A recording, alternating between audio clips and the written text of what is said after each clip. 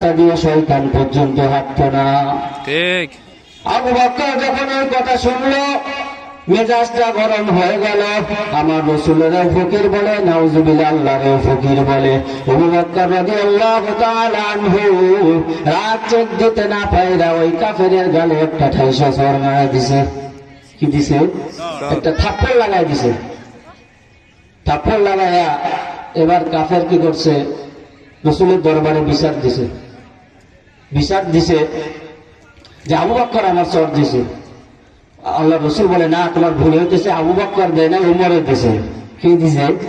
উমর দিছে। আল্লাহ কাফের বলতেছে, না, আবু বকর মারছে। এখানে কখনো হতে পারে না। আবু বকর কখনো কারো গায়ে হাত তুলবে এটা আমি রসুল কি করি না, বিশ্বাস করি না। কারণ তরবিয়ত তো এমন কাদা মাটি। যাই হোক, লম্বা কাহিনী। তখন ওরা আবু বকরকে ডাকলো। আবু বকর রাদিয়াল্লাহু তাআলা আনহুকে জিজ্ঞেস করার পর বলে, হ্যাঁ, আমি কি করছি? তাদের গালে চড় মারছি। কেন মারলে? কাফেররা বলে, এমনি মারছে। কেমনি মারছে? এমনি এমনি মারছে, আমি দোষ করি নাই, এমনি রাস্তা দিয়ে যাইতেছিলাম, একটা থাপ্পড় লাগাই দিছি। আর আবু বকর বলে, না, ও আপনারও ফকির বলে, আমার আল্লাহরও ফকির বলে, আমি সহ্য করতে পারি নাই, এই জন্য তার গালে ঠেসে একটা কি দিয়েছি, চড় মারছি। এবার ভালো করে তুলে দেন। বলেন তো মুসলমান, আমরা তো মুসলমান নিজেদেরকে দাবি করি, আমরা তো নিজেদেরকে ইমানদার দাবি করি, কিন্তু আমাদের সামনে যদি বাংলার জমিনের মধ্যে দাঁড়াইয়া কোন বেঈমান যদি আমার আল্লাহ আল্লাহ রসুলকে নিয়ে কটূক্তি করে কথা বলে, কোন মুসলমান চুপ করে বসে থাকতে পারে? আর যদি সে বসে থাকে, তার ইমানের কি অবস্থা হবে? আওয়াজ করে বলেন।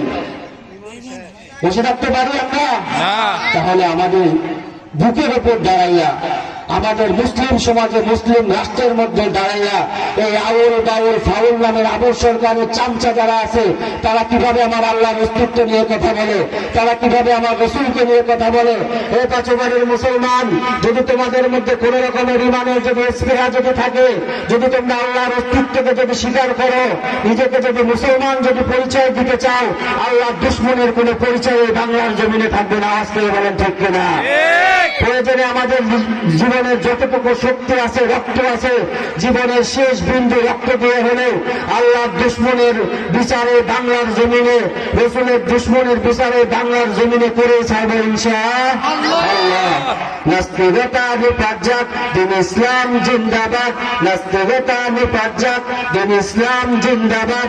কোটি প্রাণের একই আওয়াজ, খোদার দহি ছাড় পাবে না, এই বাংলায় ঠাই হবে না, মুসলমানরা জেগেছে আজ। বজ্রকণ্ঠে আওয়াজ তোলো, জোর কদমে সামনে চলে, সবাই মিলে একই সুরে দাও না স্লোগান, নারায়ে তাকবীর, আল্লাহু আকবার, নারায়ে তাকবীর, আল্লাহু সকলে আল্লাহর নামটা যদি আওয়াজ করে বলেন না, নারায়ে তাকবীর, আল্লাহু আকবার। দিন ইসলাম, দিন ইসলাম, দিন ইসলাম, দিন ইসলাম জিন্দাবাদ, জিন্দাবাদ। লিল্লাহি তাকবীর। তাহলে মুসলমান, আল্লাহ রাব্বুল আলামিনের দুশমনের বিচার বাংলার জমিনে হোক, এটা আপনারা চান কি চান না? মুসলমানদের বিপক্ষে যারা যাবে, ইসলামের বিপক্ষে যারা যাবে, তাদের ফাঁসি বাংলার জমিনে দৃষ্টান্তমূলক শাস্তি চান কি? দুই হাত আল্লাহকে তুলে দেখান।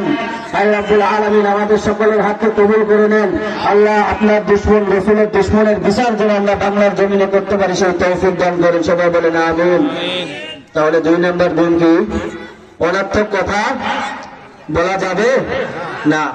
অনর্থক কথা, সহজ কথা হচ্ছে যে কথার মধ্যে দুনিয়ারও কোনো ফায়দা নাই, আখিরাতেও কোনো ফায়দা নাই। সংক্ষিপ্ত আকারে বললাম, বিস্তারিত বলার সময় নাই। 3 নম্বর গুণ, আল্লাযীনা হুম লিযাকাতি ফাইলুন।